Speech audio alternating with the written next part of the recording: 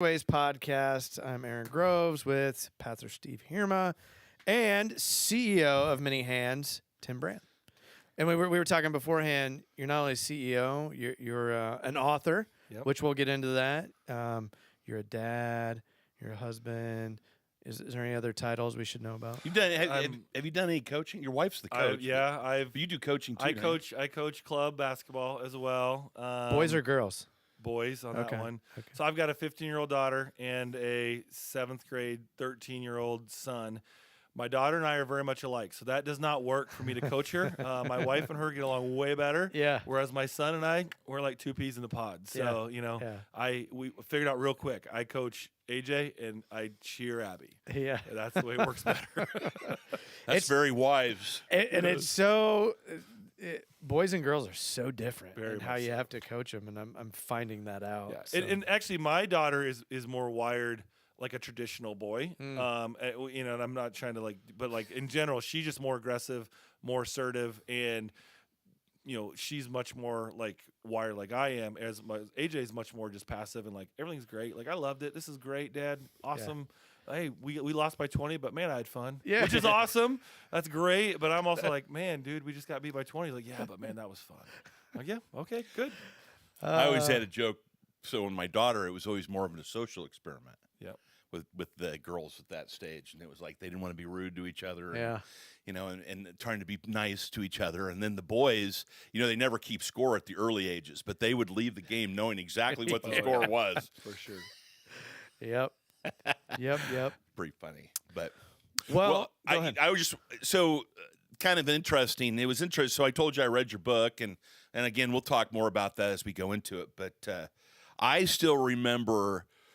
I mean, I've obviously been to Haiti a few times and been really blessed, but kind of over the years. But I remember. So before I left Third. So we planted this church in 2009, but I have memories beforehand. And in your book, you referenced the sharing the light. You guys were a recipient of that, and you guys were involved in that, and so were we. But it just kind of brought back some memories. What is that? It was for their phase 3 of their church building, which would be the prayer tower and the third. the east wing at Yep. third church. They had a capital campaign, and they turned it Sharing the Light, where they basically decided the total amount of the campaign. They added 25%, and that 25% of the overall campaign is going to go out the door for ministry. Gotcha. So, which, of course, it increased the overall campaign by 25%. And so it was at the time, so this is 20 years ago, it was, a 12 to $15 million campaign. It was, something like a $2 or $3 million adder on the end of it. And so on that one in particular, they did a reverse offering where instead of people putting money into the offering, people were told to take money out of the plate, $25 increments, and then go make the kingdom and then report back. And so that's what I reference in the book as something that got us further along the story of Haiti because we used that to then fund the first school that we built down there. Nice. Pretty powerful. Pretty powerful. Going back to that era. Yeah, for sure. It's inspirational. Yeah. Memories. It's funny. I tell people that when we launched, so I think the Sharing Light campaign began early 2001. Yeah. Is when it began. And Vicki and I, we made this commitment to this campaign. Little did I know that we were going to ultimately be recipients. And I had no idea we were going to plant a church then. Yeah. So very fascinating story. God's faithfulness in that. It's kind of like you step forward in faith. God met you and exceeded your expectations, but you had to go first. You had to say, hey, here's what I have to offer. Yeah. And that's the same thing I reference in the book is we basically had $100 to offer. And out of that $100, we raised $15,000, which was the first set of schools that we started to build. But we had to go first and say, hey, I take the $100 and I'm willing to send that out to other people and to try to see what God could do. And he came back and did immeasurably more than I ever imagined. And then little did I know that was going to start me on that journey of starting Many Hands because that gave me some faith and some legs then to say, there's something to stand on here. Mm-hmm. I've got history to go back to and point to that faithfulness that gave me the ability to be faithful later when the bigger ass came. Yeah. I can remember your mom and dad at a church service standing up in front, and they had just come back from Haiti, and they were actually kind of sharing their experience, but also they were funding a school or orphanage, or at the time, which it hadn't even begun to become Many Hands for Haiti at that point. They were just believers that wanted that something was laid on their heart. So I can remember that. It was a powerful picture. And I don't have you ever told him about the connection with you and your faith No, through Many Hands? no. You don't know this, I but one don't of know this. something that inspired him were the Nichols. Yeah. And they're going because he worked with him. Yeah. That's an amazing story. And Yeah. so I remember that at Third too, and that was Yeah. and that he. So when the way began, he made a comment. So here's Mr. Skeptical Cop, but yet you were open because you had your eyes open by when you saw the Nickel family Mm-hmm. step out in faith, and I'll never forget. You said that if there's a way to discover that kind of faith Mm-hmm. that would cause you to do something like that, I don't want remember it. how you put it. You wanted that, Because the way the church was now, I'm not going to get that. right? Is what I said. Wow. Yeah. Yeah. Yeah. So- Yeah, and when they were launched, we did a big prayer service with them, and I remember very specifically. We were in their house, we were praying, and what the word picture God gave to me was that they were going to be the tip of the sword, like this tip of the sword into the darkness, and that they would be the piercing the darkness. They wouldn't necessarily be the one that plunged into the darkness, but they would at least break the darkness. Yeah. And and that was quite the cost. I mean, and still to this day, I mean, they have sacrificed a lot because of that decision. But I also step back in faith and look and say, man, all the stories that have come because Yeah. of their faithfulness to say yes as a family, to do that, to be that tip of the spear into the darkness, and then people like yourself, but others too that have now come to faith because of them saying yes. And I think that's in general. That's the way the Lord works. Is it's a relationship that when people say yes, He makes up the difference in all of our inequities and all the things that we fall short on. But He needs our yes to say, what little I have, I am going to give, Yeah. and I'll meet you in the rest. Yeah. You so I highlighted this because I thought so. In your introduction of your book, you wrote this question: will those who come behind you need to fix all the things you broke during your life, or will they stand on foundations you built stronger because of the way you lived? And that as I read the book, your dad, I mean, I've known your dad, and your mom was actually, that poor lady. she was the teacher of my She year was. one journey class. Yep, she was. And kind of a gaggle of characters I remember in that class. And funny story about your mom is I remember getting lost with her in L.A. Did she ever tell you the Oh, yeah. story of that? Yeah. And then we ended up having to hop a fence at the Queen Mary because we somehow got locked in there. I don't know what. It was all kind of a blur, but we were looking for the Queen Mary. Yep. And we could not find it. And we ended up in some waterfront area, just way off the beaten path. Eventually we got there. We went on the Queen Mary. We came back. Everything was locked up. We couldn't get out of there. So we ended up having to climb over a fence just to get out of it. It was pretty funny, but it was a good time. Yeah. No, I've heard a little bit of more than a few stories about you, Steve. Oh, have you? And especially from my mom, who again helped you in your journey Yeah. and where you got to. So Yeah. No, she was very patient, thankfully. But so your dad and my dad, very similar.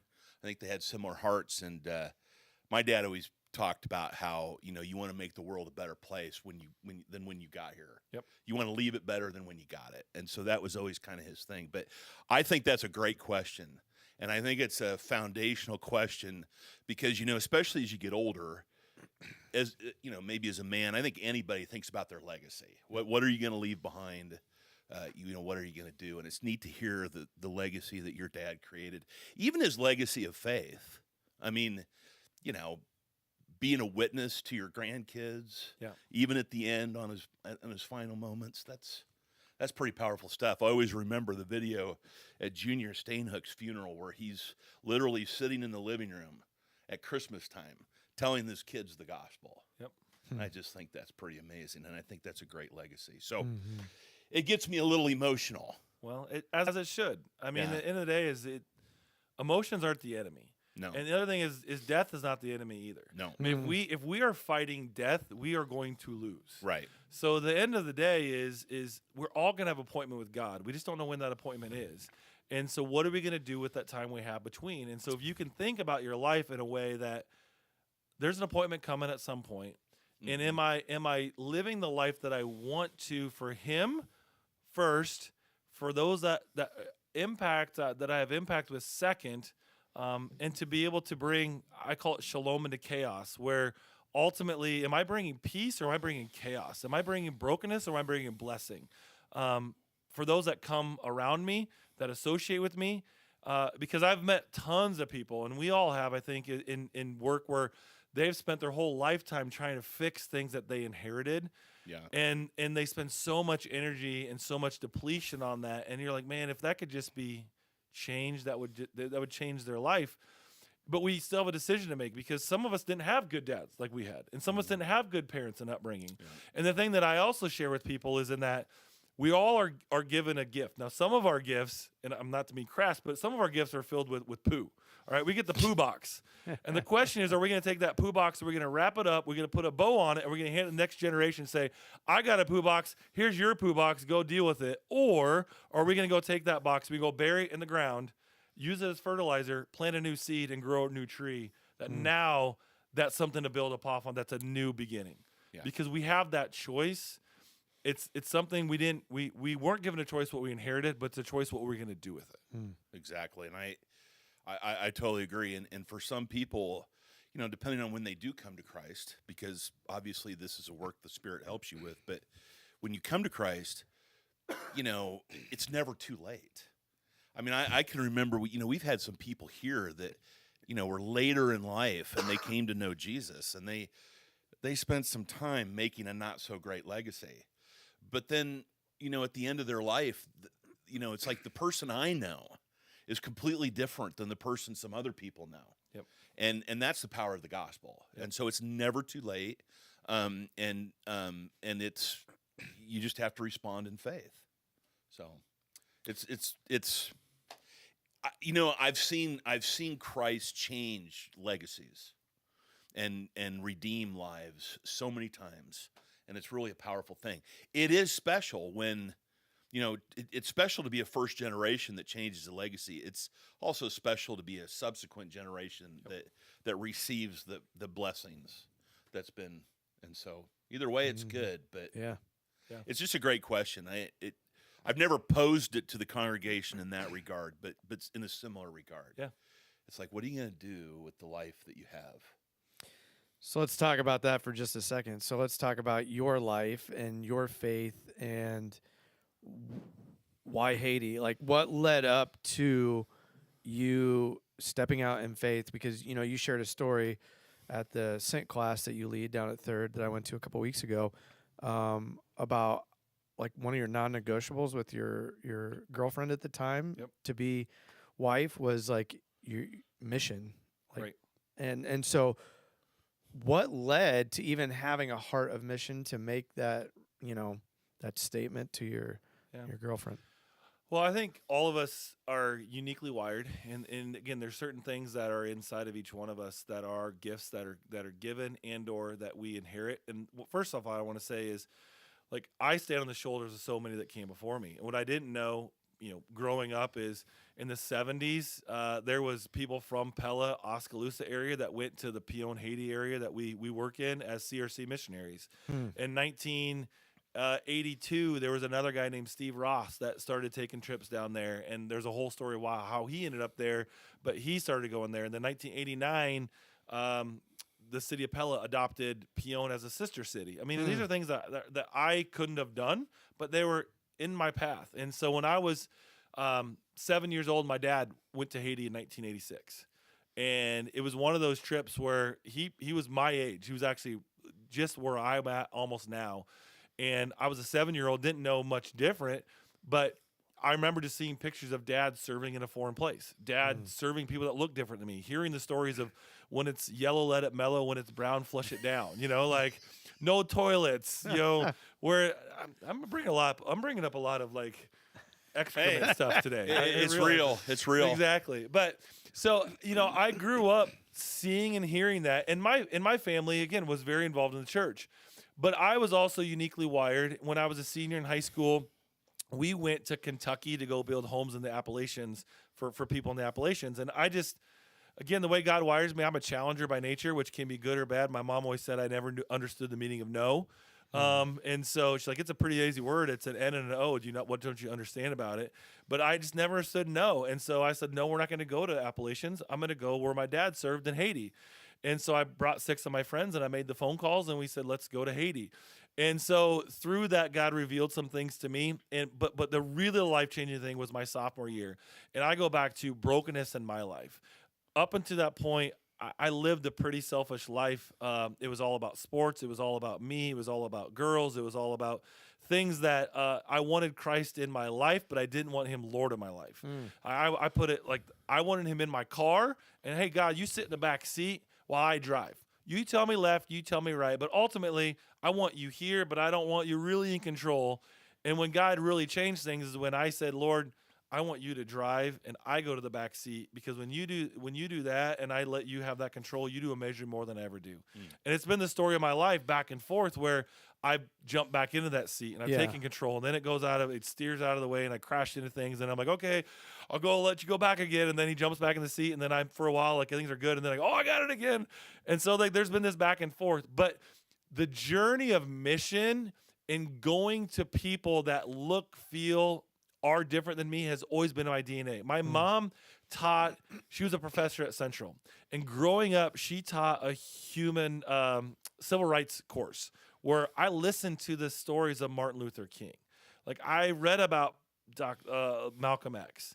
I read about the Kennedys and all these things. Like I remember watching those things when I grew up. And so this whole concept of like, what are the things that really matter in the world, these big issues, like I cared about deeply for whatever reason. And I was wired in a way to say, well, I don't want to just learn about it. I want to go do it and to go to these foreign places. When I was 16 years old, like I look back, like, what are my parents thinking? When I was 16 years old, my sister got married, but my high school basketball team was going to Europe to go play in Germany. But they left early, and I said to my parents, hey, I'll go to the wedding, and I'll jump on a plane, and I'll fly over to Germany, and I'll find my team. This is before cell phones. This is before we had pay phones. That's how you're supposed to find people. So I walked down the aisle, married my sister off at 16-year-old, jumped in a car, drove up to Des Moines, flew internationally on my own to Germany, and then was supposed to find my team in Germany by myself. I don't know why my parents said yes. I have no idea to this day. I'm like, would I have let my 16-year-old daughter do that? No way.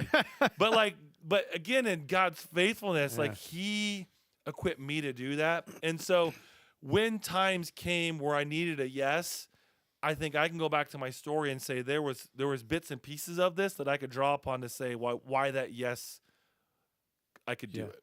So I want to pause. A couple of questions come out of that. Number one, you've talked about legacy and you've talked about what you were handed in the shoulders. How important was it for you to see your parents in a missional mindset, and how did that influence and impact you as a kid being raised in that? Oh, big time. So my mom and dad always wanted me to be a preacher. Yeah. Like it was no doubt like they wanted me to be a preacher, and I let them down by not being a preacher. But I still do a lot of teaching. But here's the thing. So yes, like I saw them serving. And I had this revelation in 2006. I was sitting with a group. I was in a high-level business. I was a business leader at Vermeer, and I was sitting in this meeting with a bunch of really successful business people, and we were sharing journeys of our parents, and they're like, yeah, my mom, growing up, I remember specifically, I got this new job, and she goes, well, are you a VP yet? And I said, no. And she goes, well, then you haven't done anything yet.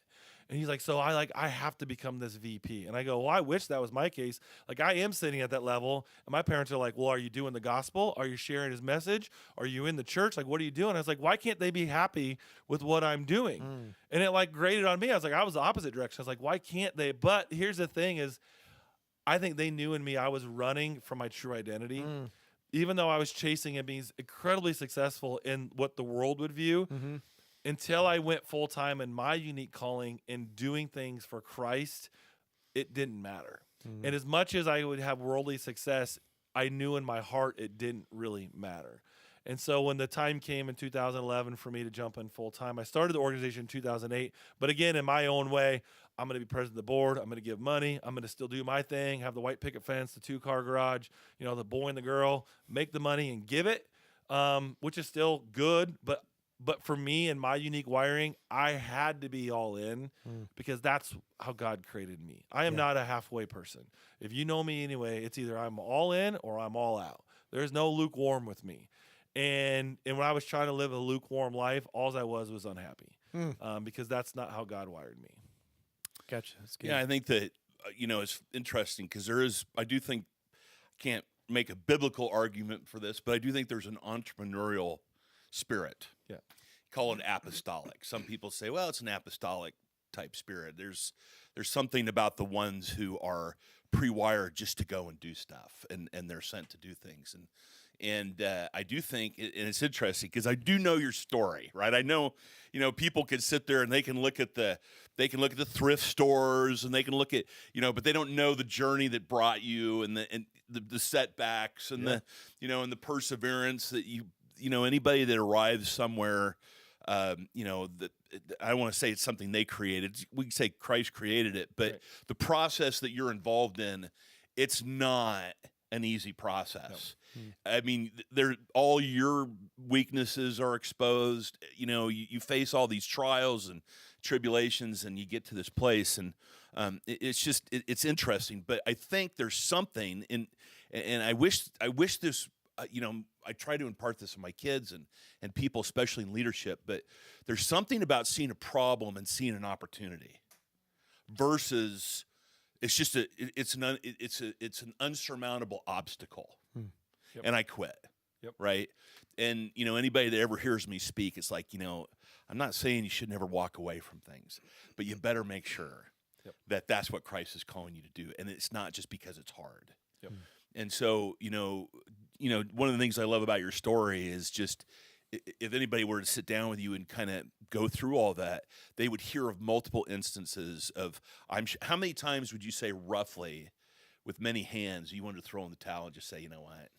Oh, there's 4 times I can name specifically when we should have been done. Yeah. By the worldly standards, if God wasn't in this and Christ wasn't the one leading us through this, from a worldly standards, we should have closed the doors. Yeah.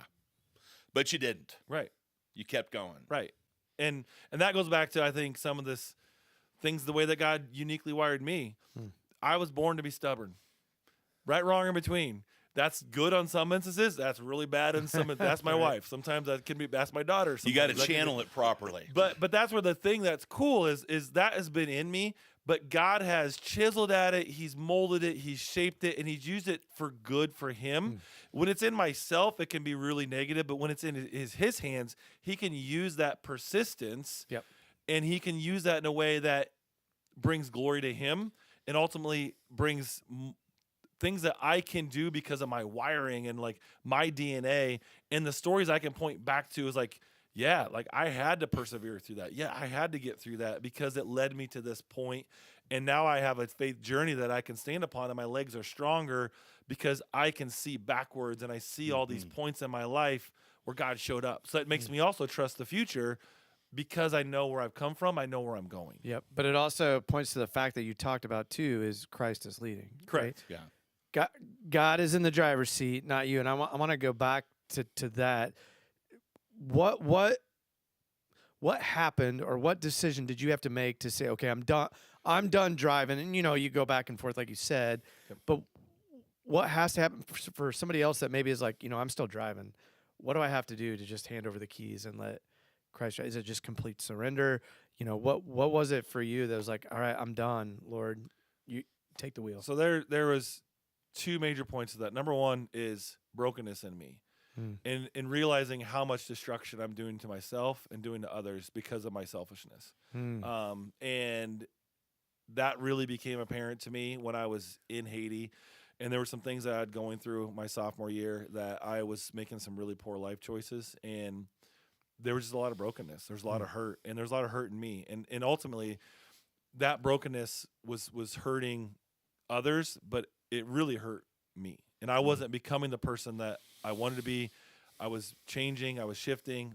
And so what it took is complete surrender to be able to say, there's a better way to do this, and I've got to stop fighting with what I know to be true. Yeah. And stop chasing after the things that I know won't bring joy and happiness. And happiness and joy are always the same things. I think you can be happy without joy, but I think there's a deep well of joy. And sometimes I think the learning and growth happens in the deep because it carves into your soul in a way that allows you to retain the joy that needs to come later. But without that carving, and sometimes it comes through trials. You know, part of the reason I love to take people on Haiti and to trips to like foreign places is it forces them to step outside of their own little circle of life and to look from a different perspective and say, why did I do it this way? Why do I think this way? Why am I processing what I'm seeing this way? And am I enough? Is this enough? Is God enough? Is the way I'm processing enough? And through that, hopefully it brings a little bit of friction. Friction's a good thing. I'll tell you a quick story, and I'm sure you have a million of them, but this is just so we took a trip. We took a group from, I think it was the first group, maybe it's the second group. I know that, I don't remember, but we went down there and we met this family, this couple. It was this elderly couple. And so if you've been down there, everybody has kitchens and they burn coal, and they were burning cactus because they couldn't afford coal. So poor. Yeah. They were so poor. He had been hit by a truck, and he couldn't go to the doctor. So his leg healed broken. And so he was walking around, and they were, I don't know how, they may not have been as old as they looked. Right. Right? Probably That's the nature of I mean, they might have been 60, but they looked like they were 80. Yep.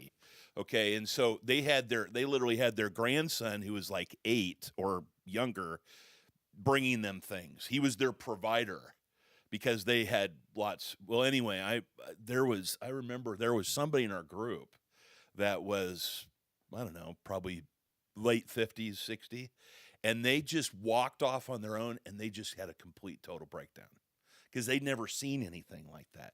That's literally 90 minutes away by plane from mainland USA. Yep. And these things are happening there. And when the last time I went, well, no, not the last time. This was like early on. We went through Port-au-Prince, and it was right after the earthquake. And man, it's rough. And I'm sure it's far worse now. It is. I mean, I hear the stories, and it sounds like it's turning into Somalia. Yeah. Out there where they have the warlords and you have the different. Yep. So always be praying for Haiti. The most beautiful, sweet people. I mean, that's the crazy thing about it. But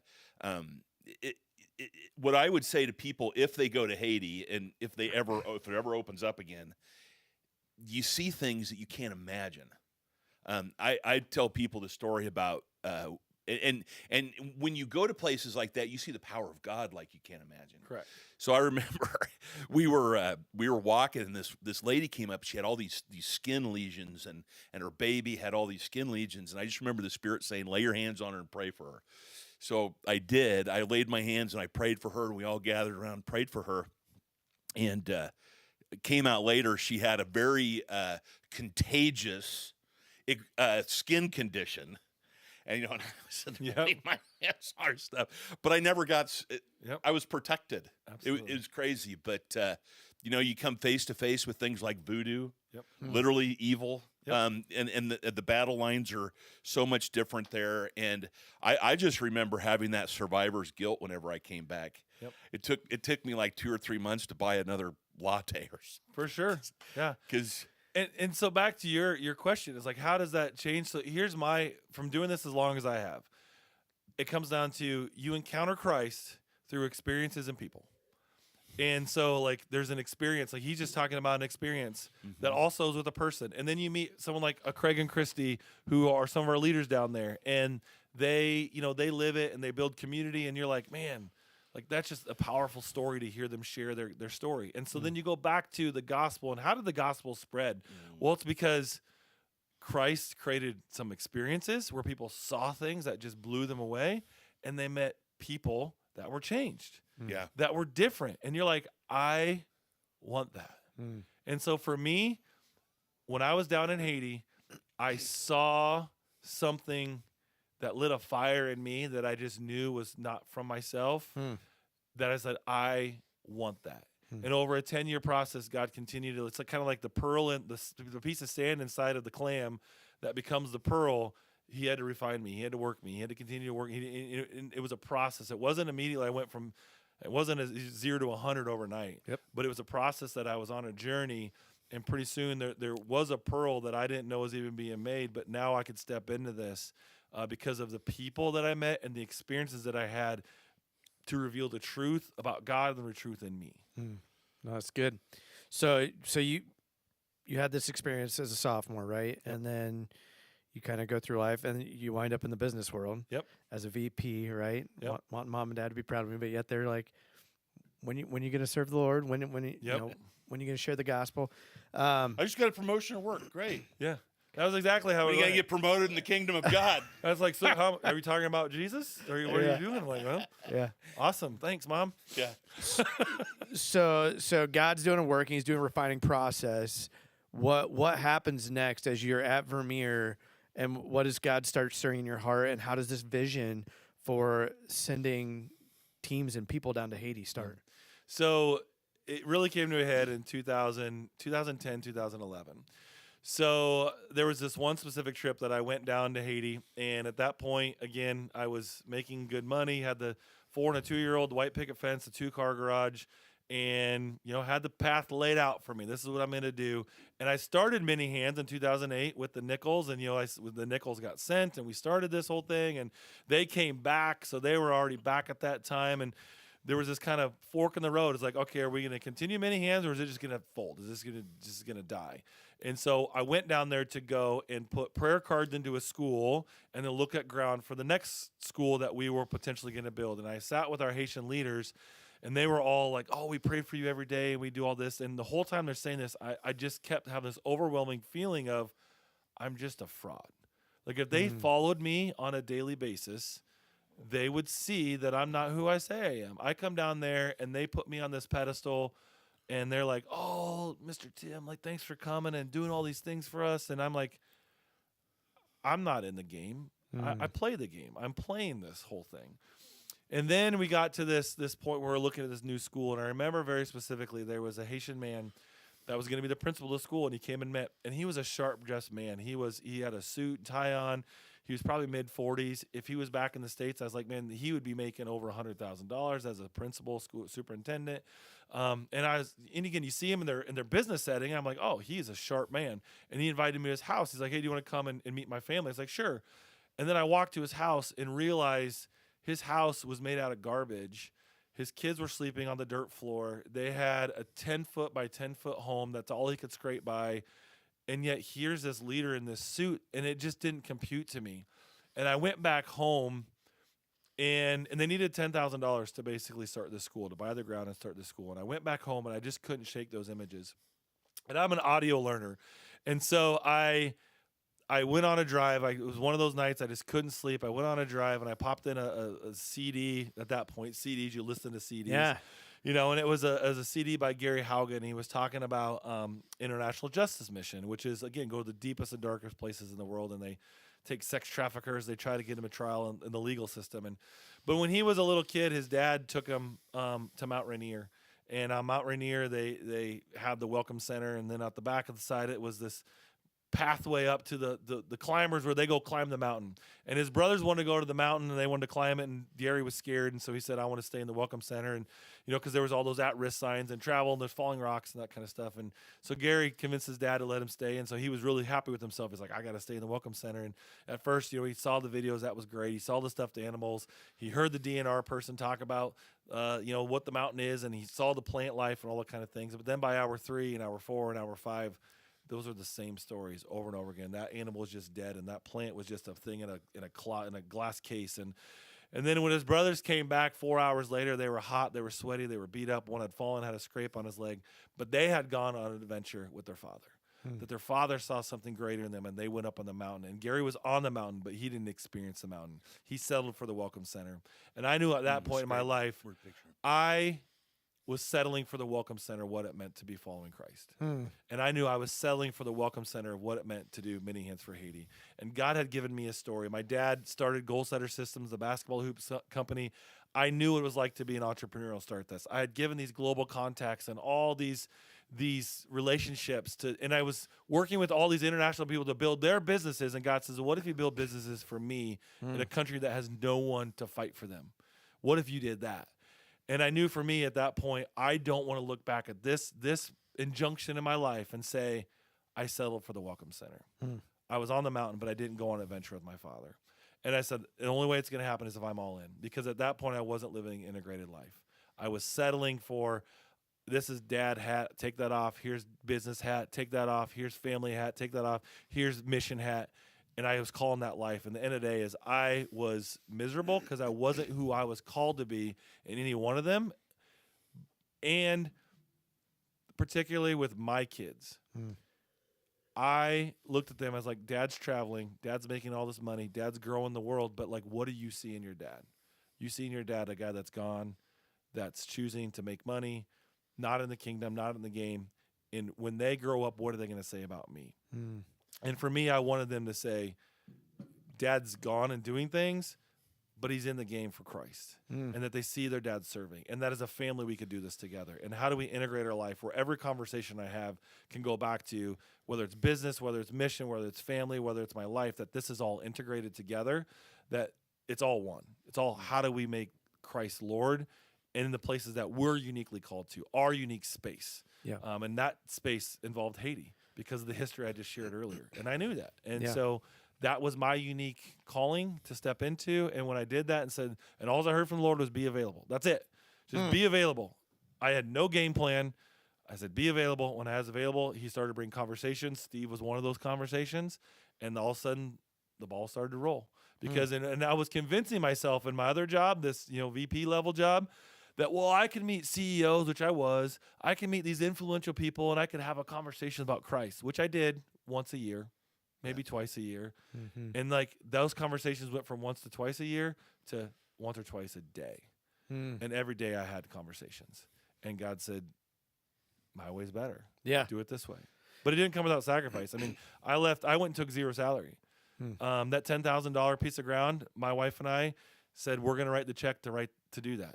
Like, that's not someone else's responsibility. That's my responsibility. We had to sell our house. We moved to a Cracker Jack, 1,200 square foot house. I shared a bathroom with two of my kids and my wife. All four of us shared a bathroom until we were in 8th grade, 7th, 8th grade for my kids. And I was like, hey, this really needs to change. Like, my 7th grade daughter needs probably her own bathroom at this point. It's still, there's a risk to it because at the end of the day, ultimately what Christ wants from us is faith. Yep.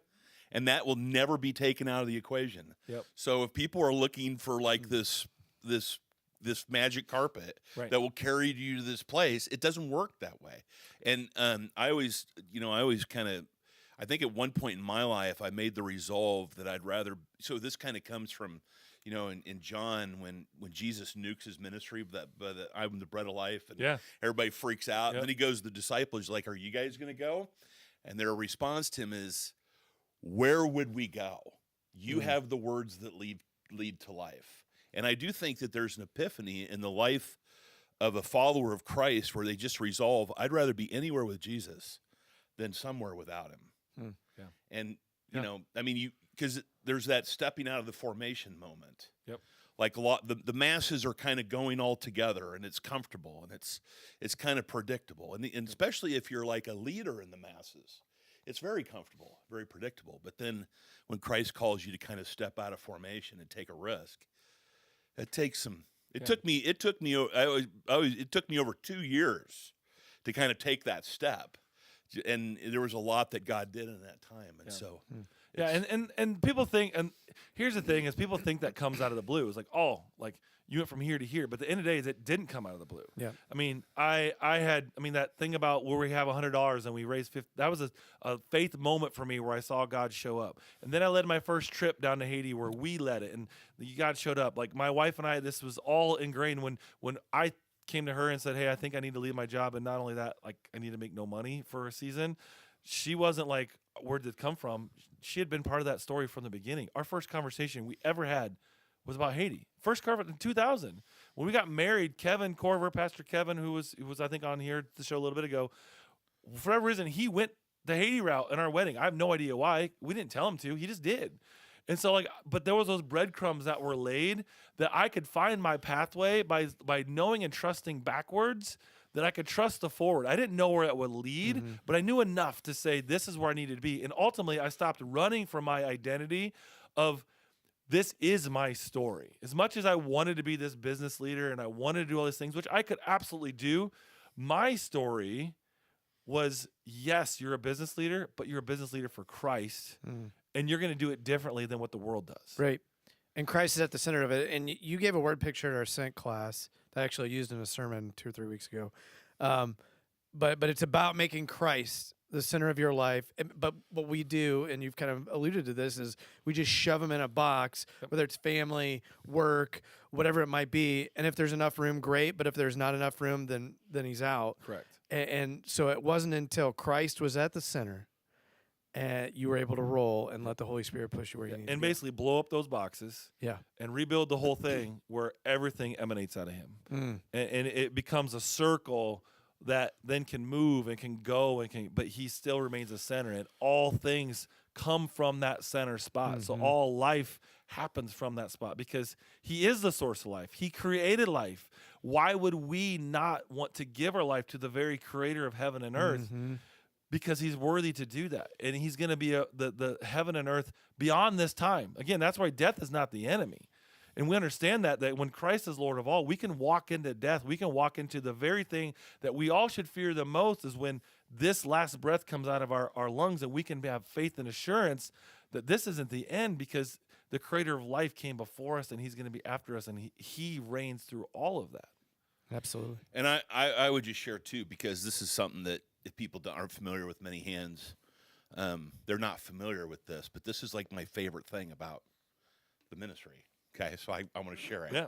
But so oftentimes, and I'm not saying all the time, okay, but sometimes in overseas missions, it's like we're the conquering heroes. Look at us, we're here to save you, kind of a thing. That is not at all what your philosophy is. Your philosophy is about basically empowering people to succeed where they live, and so you utilize like local businesses. You utilize you empower parents to take an active role within the education of their kids, and I think that's that's a huge thing, and it's very special. And I don't know, I've heard the reports coming back from Abaco, which are fantastic, and I don't know how. So tell us, based on all the things going on in Haiti. Yeah.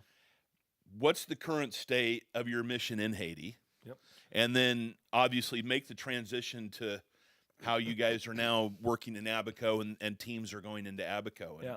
So just a quick update on Haiti. Haiti as a country is an absolute mess. There was actually just another report that came out. I mean, it's mind-numbing statistics of the amount of murders and rapes and kidnappings and amount of people that are not just in humanitarian crisis, but like emergency humanitarian crisis. It is off the scale. Yeah. And unfortunately, that's the place that we're sitting. But the cool thing is Christ has equipped us before this to handle this. So we had already made the changes that, again, if we have teams, it doesn't really matter.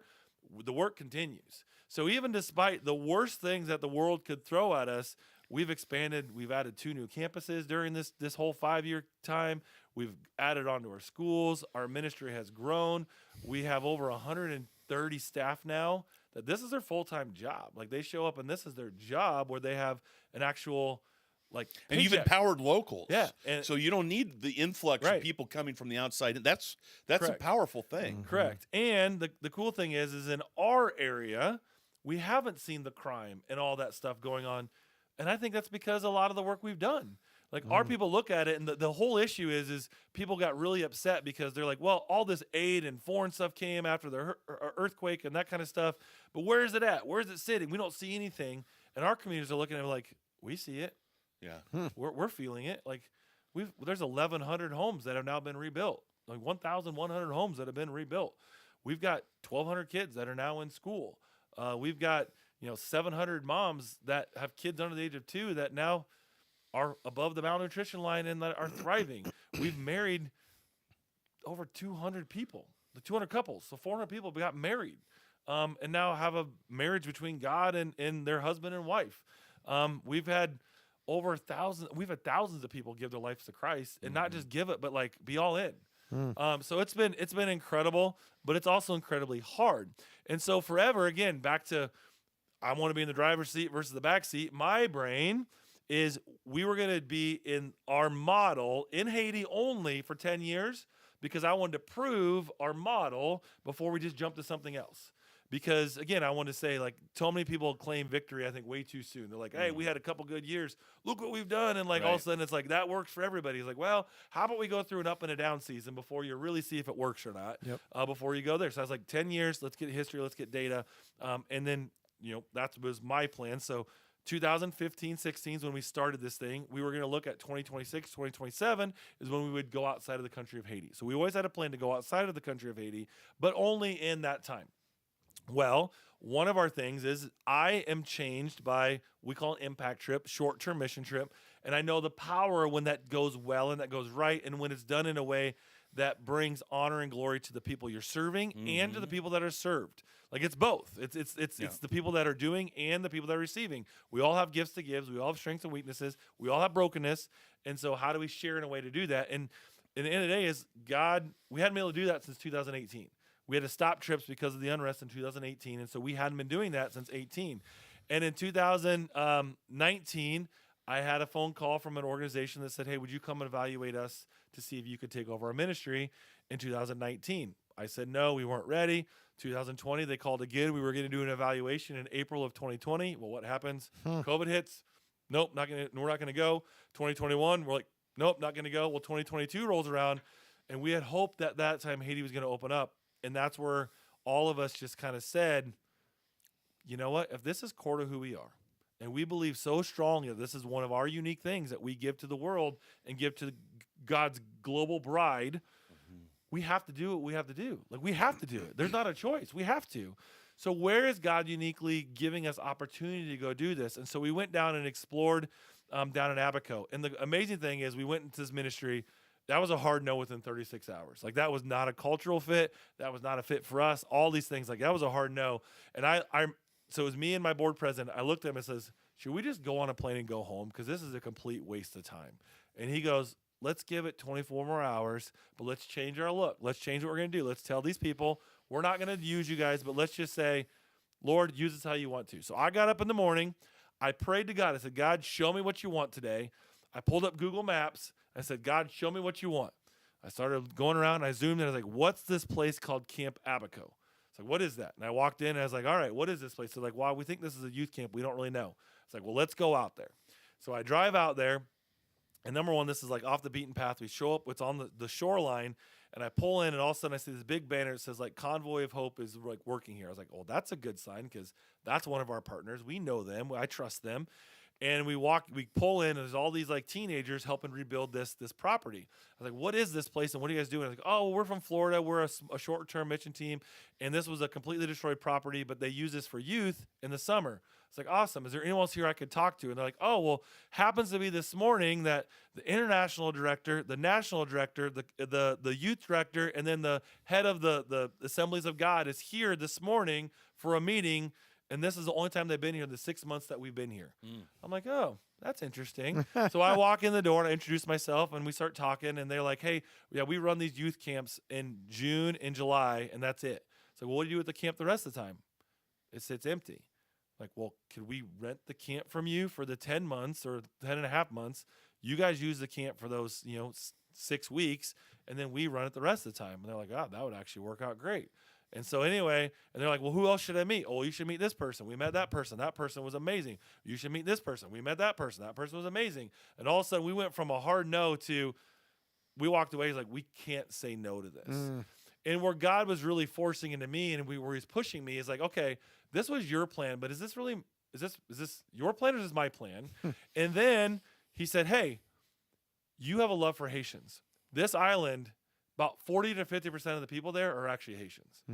And he said, you've only dealt with how do you keep people in Haiti and have a voice for them, for those that are local. But right now, because of the unrest, there's about 4 million people that have been dispersed around the world, and they are the bottom rung in every society.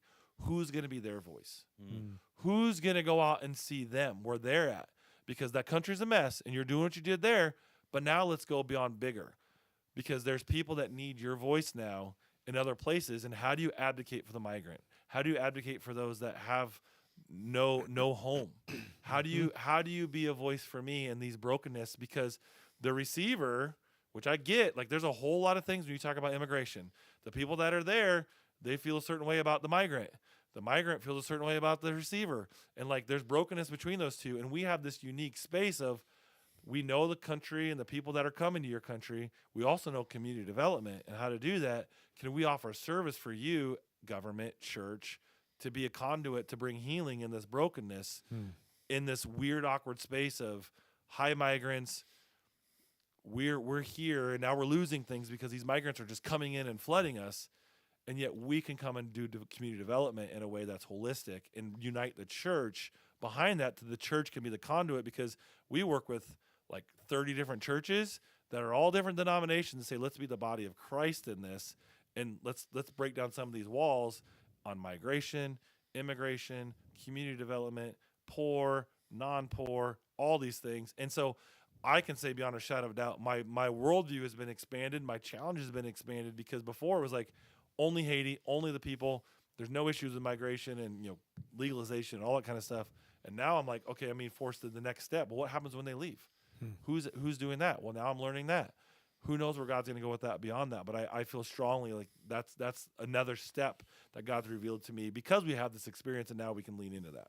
That's awesome. Yeah, I can't believe it's been 2018 since the unrest began. When you said that, I was like, wow. Yeah. It's been 6 years. Yep. It's crazy. So with Abaco, you're sending down teams, right? Yep. And what would you say to someone where God's been laying on their heart, a mission, or even Many Hands specifically? What do you require of them? Do they have to be so far along in their faith? Like, what would you say to them if they came and just said, "Hey, I feel like God's nudging me to do this"? So first off, I want to kind of hear their motivation a little bit. Yeah. In the end of the day, it doesn't mean you have to be a certain part in your faith. Actually, that's the non-question is where are you at in your faith. The question is where you want to go in your faith. Where's your trajectory want to go? What are you desiring? If it's to go and be served and go put Facebook pictures up of look at all the things I did for everybody else, we're not the place to go for you. Right. But if you're desiring that I want to see God's global heart, I want to see God more in my life, and I want to stretch myself to be outside of just what I see in this comfort zone, then let's have a conversation. Yeah. Because ultimately where we go to is, and I share this in that Sent class, is people think, well, I'm going on a mission trip, and I'm going to start that mission trip when I get on that plane or when I land on that island. And at the end of the day is that mission trip starts when you said yes. Because there's mission right around you. And God's going to be working in those months and weeks and leading up to it. He's also going to be working it when you come back home. And so it's just part of this life that you hope to create. And so our goal is when we send people is help them understand high levels of community. What does community look like? Because our country needs more community. Our neighborhoods need more community. And so giving them exposure to what does true community look like. And we don't do it perfect, but I think we do it pretty dang well. Secondly is understanding where's God's global heart and how do I get an expansion of that and have this experience where I meet people and experiences that challenge my perspective so I can see things a little differently and I expand. So when I come back home, I'm expanded, and the goal is like it's not to continue to have this rocky top, mountain high experience, because in the days we're gonna have valleys and we're gonna have highs. But when we shrink back down, you don't shrink back to the same way. Right. Like we're a different person now. We've expanded, and when we go back to our lives, like we do shift back, but we're not going to go back to the same person. We're going back to a new version of ourselves. And then when we get this next experience, also we see something bigger. And the goal is that to develop those eyes to see, the hands to serve, the heart to love, and the relationships that need to happen long term, because ultimately this relationship with you and God and you in others. Hmm. And if we can get that right, God will start to refine you and reform you. And I hope that this is an inflection point. This is this experience that causes you to trigger or to have this spark that was within you that then you can build upon and start to put more wood in that fire that gets bigger and bigger. And so you come back and you see things differently, and hopefully you serve differently. Yeah, no, that's good. Yeah, I think the key to a missional mindset is just, it's seeing stuff. Yep. Having eyes to see, and then a willingness to go there. It's interesting because, one of the reasons why I was drawn to Haiti was because when I was in the Coast Guard, that was when we were having all the interdictions off the coast of Florida. Literally, people were getting on barely floatable rafts. Yep. And they were coming, and I can remember when I was in the Coast Guard, we literally had to turn them back. I mean, there was like this. So initially, the whole thing was, no, we're just going to kind of stop them from coming and send them back. And it's like, well, you can't do that. Right. They barely made it here. Right. And so I just remember that being a part of our conversation when I was in the Coast Guard. And then years later, when I had an opportunity to go there, and obviously it's nowhere near Africa, obviously, but I've been to Africa, and there's something about there's something about just the sheer magnitude by which it's a different culture. Yeah. That is, you can't help but expand your vision. Yep. Because you see things that you can't imagine, right? I mean, so some in a positive way, some in a negative way. Yep. But it's like a whole different way of looking. And I think that's important with missional, is just seeing stuff you don't normally see and being willing to see it.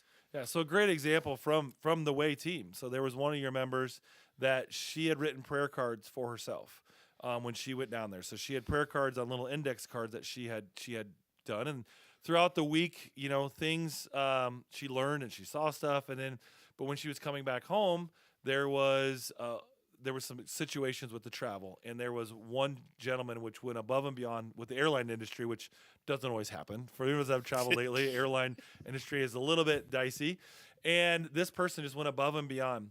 And because of what she had seen and how just to step out in your faith and ask the questions, she said to the person, "Hey, I've got a prayer card with a Bible verse on it that I think I'm supposed to give you." And the person said, "This morning, I'm a person of faith. I woke up and I said, Lord, I just need a word from you today." And there you give me a card with an exact word for me today. And she's like, that just rocked her world. Like that's a faith thing where it's like, that's a pebble in my story. That's another wall, a brick to my foundation that I can stand upon because there's truth. I couldn't have coordinated that even if I wanted to, but there's an author that did coordinate that, and I can trust that author. And so that's what we try to do in these trips is you're going to do things, but then it is we're not called human doings. We're called human beings because we need to learn how to be and not just get all of our gratitude and all of our worth from the being or the doing of what we do. So many say, what did you do? What do you do for a living? All those sort of things, which is true, but that's only a part of my identity. And so when you go on these trips, our hope is, yes, we're going to do things that help and bless people. But at the same time, we're going to learn how to be. We're going to learn how to have relationships. We're going to have conversations. We're going to learn how to listen to people's story in a way that we receive what they have to give us. And that we, in turn, can learn how to tell our story in a way that is helpful for the listener. Because when we give our story, it's a gift to somebody else. It's not a gift for us. It's a gift for somebody else. I wrote that story about my dad and our journey not as a gift to me. I wrote it for a gift to another person to receive that. And that's the reason why I wrote that book. Because ultimately, God, I hope, drips, and Jesus Christ's story drips through that story, and that it drips into the reader to receive that love of Christ in a way that's going to help them encounter and experience something that he wanted to give them in that moment, what they're reading. That's good. Some of the best times I ever had with my boys when they were growing up was playing 21 in the driveway with a goal setter. Yeah. When I was in business, we sold Nextel. Yeah. And one of our first big accounts was goal setters, and because they had the push to talk. Yeah.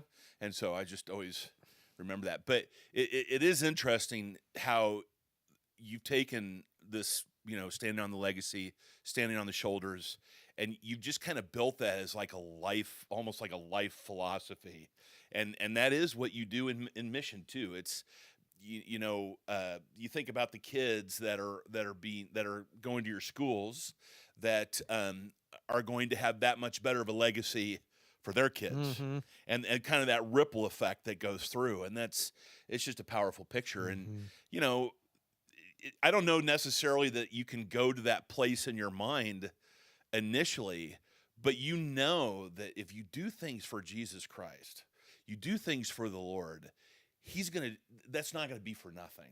Right. I mean, that's the most valuable thing there is, and he will take that. I always remember somebody that, I think it was Lee Strobel, that talked about, maybe when we're in heaven, we'll all get a day where we get to see what Christ did through our obedience. Yeah.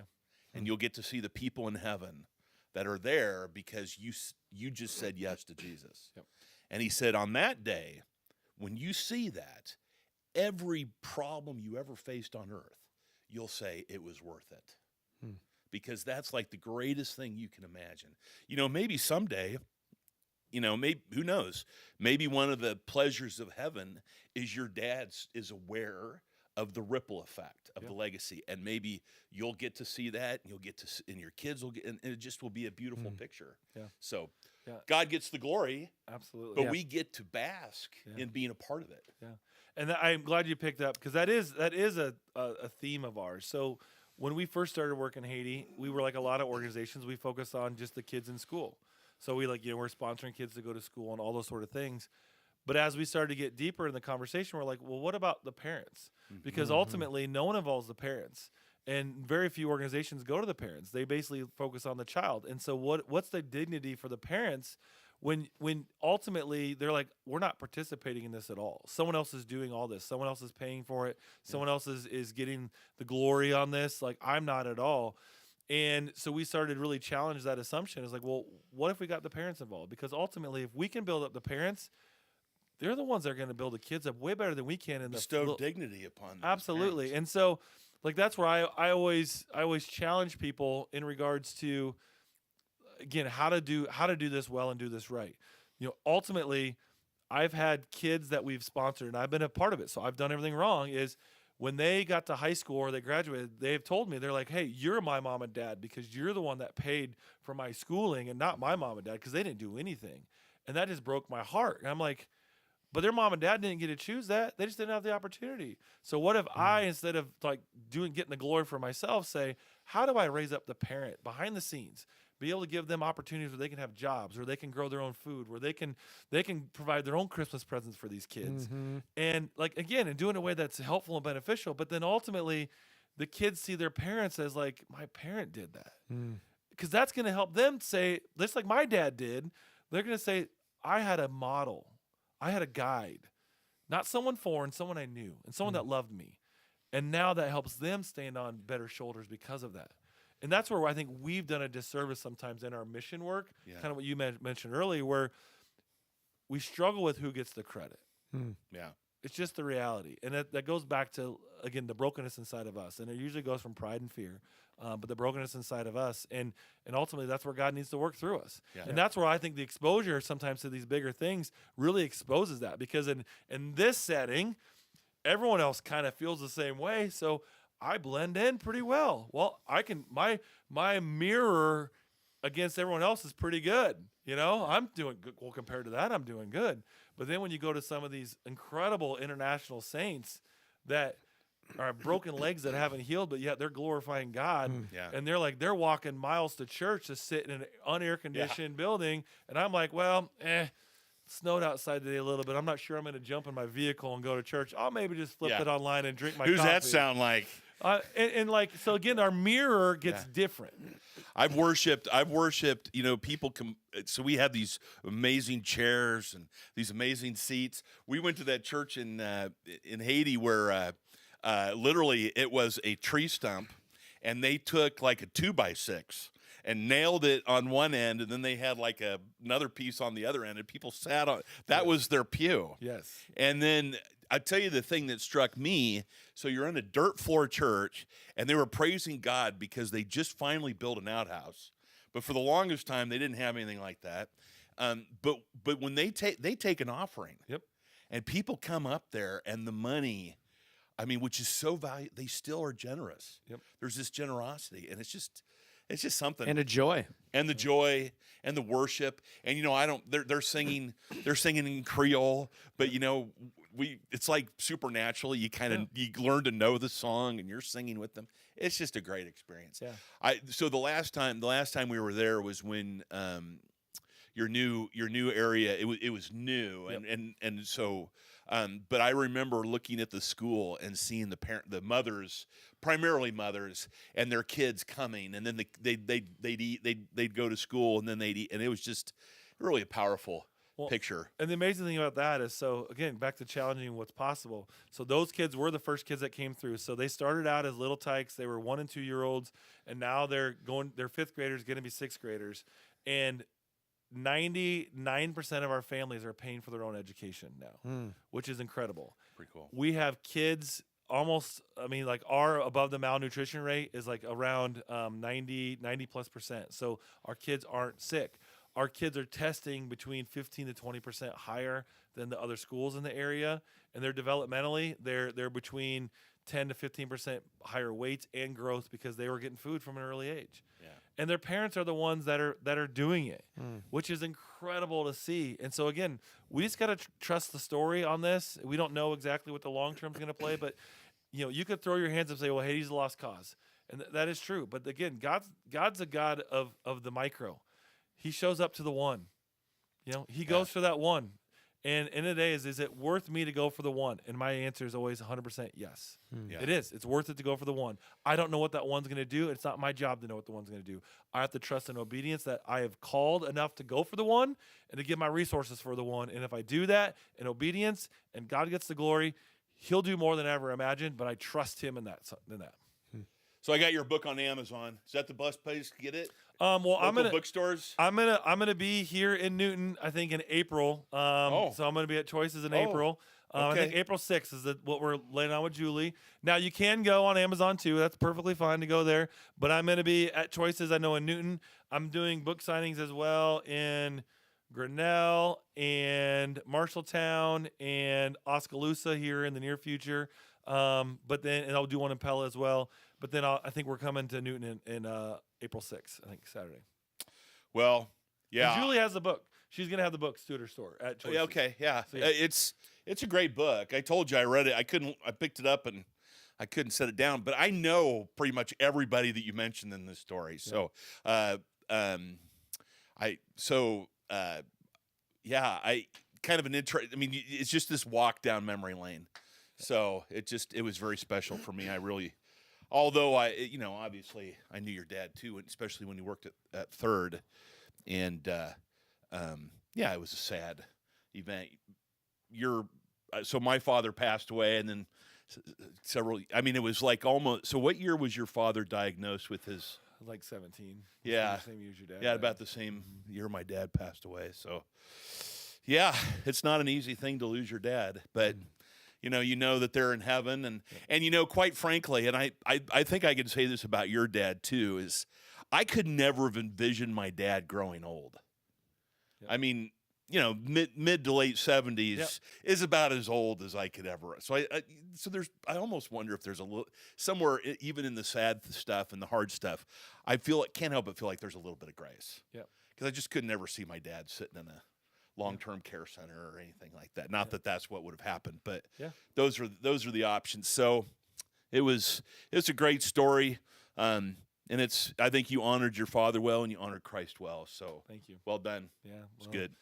The website for Many Hands. Many Hands for Haiti is www.mh4h.org. We also have one if you're interested in the Apico side of things, which is www.mh4a.org. So again, not because those are a little bit two separate things. And the end of the day is everyone likes to kind of hear their own local stories, and really to honor the people of Abaco and the people of Haiti. We did create 2 separate websites, but the same philosophy, same what we're doing, but that way we can share specific stories and specific things that we're doing at each one of those locations. And then as far as if you're interested ever on an impact trip, number 1 is The Way. Takes trips every year, Yeah. and we'd love for you to sign up for one of those. And then if it doesn't work out for that time frame, we also have trips going all the time from all over the country. And if it would make sense for you on a timing period, you can do that. And that's on www.manyhandsimpact.com. So manyhandsimpact.com. And we have one of our beloved church members is on your staff. Yeah. It's Pam Osborne. And, Yep. and I don't know if I dare speak for her, but if you have any questions, I'm sure she wouldn't mind for meeting sure. with you and talking with you. She's So. she's a saint, and she is I pretty love awesome. her. She is. You want to talk about a person again that has stepped all in her faith and her journey and her walk. She's all in, and it's cool to see her do that. And that's what Impact actually it stands for immersive, which means to be all in. Mission, how do you understand your unique purpose? Personal, what's your unique giftings in the kingdom? Action, or A is action. So what are we doing in our daily habits? C is for challenge. How do we actually go out and challenge? And sometimes that challenge is actually inside of us. And then T is transformation. How do you tell your story of transformation to others? So that's what we walk people through, is that the I, the M, the P, the A, the C, the T on those trips. Yeah, it's great. And I do think it. So even if you're not called to overseas missions, as followers of Christ, we're all called to some degree of mission. Yeah. And it's a matter of, sometimes an overseas mission may kick something off. It may bring us into a next level of experience in our walk. So it's invaluable. And if you're a follower of Christ and you've never done an overseas mission, you should try to figure out a way that you can make that work, because it definitely has a tremendous benefit, and your soul will be blessed for sure. And you do come back changed. You do. And it's just, you just can't, there's no way not to be. Yep. Because you're seeing and you're experiencing something, and you're literally putting yourself in a place to have that impact. Yeah. And you experience it yourself. So it's a wonderful thing. And one of the things we really share and try to really emphasize is we know that 99% of the people are not called to move overseas.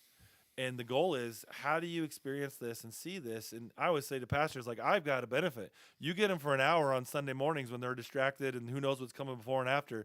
I get them 7 days, completely detached from their phone, sometimes detached from their work, most of the time detached from their family, that they have to just wrestle with the hard things of life. And I get them for 7 days. And my goal is that in those 7 days is that they can slow down enough to hear God's voice, be able to challenge their assumptions enough to say, what do I really believe on this? And to pour into them enough that when they come back to say, why don't I do this in my own life now? Why does it take me to go for a mission trip overseas for me to have a conversation with someone about Christ? Pam's a great example. We went to we do a part with a youth group. And so we were in a youth group, and we not forced her to, but we encouraged her to go pray out loud with a young man. And she did that. She said, I've never done that. Just come up to someone and say, can I pray for you? And I did that. And she said, it was amazing. She says, and then I come home and I'm like, why do I not do that with our own youth? And so she did. And she's like, and it's been amazing. And the cool thing is, so she had that conversation. She came back a year later, saw the same boy, and she said, God gave me the exact prayer that I had. And I went and talked to him about the thing I prayed for a year ago.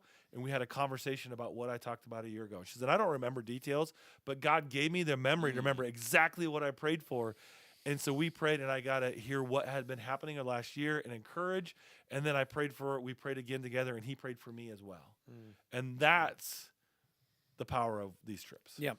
It's great. It's good. It's a fantastic thing. And I just hope and pray that people can get back into Haiti. Yeah. And it will. Sometime soon. Someday it will. Order will start to. And we want that too. And again, that's where and you talked about, if you never served or received, or maybe but here's the thing. It's an and conversation. It's not an or conversation. It's an and conversation where we don't have to put these again in boxes where, well, I'm only an international guy. I'm only a domestic person. I'm only a local church. At the end of the day is, when God gets in your heart, he blows up everything and he expands your worldview to see God everywhere. Yeah. And so then the question is what's my unique calling within that? Because again, and I share people this all the time. There was Paul, and there was Peter. Yeah. They had different callings. Yeah. Peter was called to be in Jerusalem Right. with people that were Jews, and he served them. Paul was called to go to the unknown God people, the people that didn't know who God was. It didn't mean one was right or wrong. It meant that there was a unique calling for each of them, given their unique gifts and talents. But they both explored. Peter went outside his comfort zone. He met with non-Jews. He went to Samaria. He went to different places. But yet the Lord called him into this is where his calling was. And he told Paul, go to the ends of the earth. I think it's a pretty invaluable experience to realize that God loves people all over the world as much as he loves Americans, Yep. right? I mean, I think that there's kind of this idea that God loves Americans more than anybody else. It's like, no, he loves and you experience that when you go. Yep. and you interact with people in meaningful ways. Yep. So you can kind of feel that love God has for them. Yep.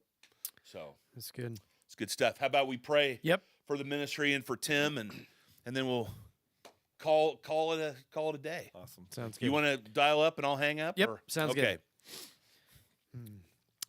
Father God, I want to thank you for Tim. I want to thank you for his heart, Lord. I want to thank you for changing his heart, Lord, and creating him the way that you did, Lord, as stubborn but driven, Lord. And I thank you for giving him the eyes to see a need, Lord, and then the boldness, the trust, the obedience to say yes, to step out in faith, Lord, and to go where you've called him to go, Lord. And I also thank you for his family, his parents, Lord, that helped instill a missional heart in him, Lord, and to leave a legacy that impacted him and helped mold him and give him that drive, Lord, for missions and to see a problem and to deal with the problem. And Lord, I pray for him, his board, his staff. I pray for everyone in Haiti and Abaco, Lord, that are serving, that have been called to be a part of many hands and to change a culture, Lord, and to be empowered to step into the calling that God has laid on their heart, Lord. And so, Lord, I just pray for your hand of protection over the organization and the people. I pray for continued vision, Lord. I pray that for the leadership, that they will be flexible, Lord, and that they won't be so stuck on what they want, Lord, just as Tim shared 10 years. That was their vision, Lord, but yet you gave them a different vision, Lord, and they had the flexibility to see your vision and to change it, Lord, and to go where you wanted them to go. So, Lord, I pray that you continue to bring people, bring opportunities, and just give them the wisdom and discernment on how to best serve you and what you want to do through many hands, Lord. So just lift them up to you and pray for your protection. Mm-hmm. Lord, I echo all that, and I thank you for the legacy of faith and the ways in which that is apparent. And I thank you for the realization of Tim to not squander it, but by your leading to continue to build on it. And Lord, I do pray. I pray a blessing over his family. I pray protection over them from the kingdom of darkness in the name of Jesus. I pray that over the businesses, the thrift stores, just any teams that would be traveling. Lord, may you just watch over them and protect them, and may you continue to bring about your will for the people that are impacted by this ministry. Lord, I pray for Tim as he goes to his book signings and he has conversations with people. I pray, Lord, that you would just give him your eyes to see people as you see them, and that some insight as to initiating conversations that are necessary. Give him wisdom, Lord, and just anoint him and use him in those situations, not just to put this book out there for people to read and be blessed by, but to just be that boots on the ground and interacting with people and just being your soldier, your good soldier. So be with him as he goes. And Lord, we thank you. Thank you for our time here. And we just pray this all in your powerful name, Lord Jesus. Amen. Amen. Thanks, buddy. Thanks for coming. Thank you. Man, I was sneezing during your prayer and I'm a loud sneezer, and I was holding it in.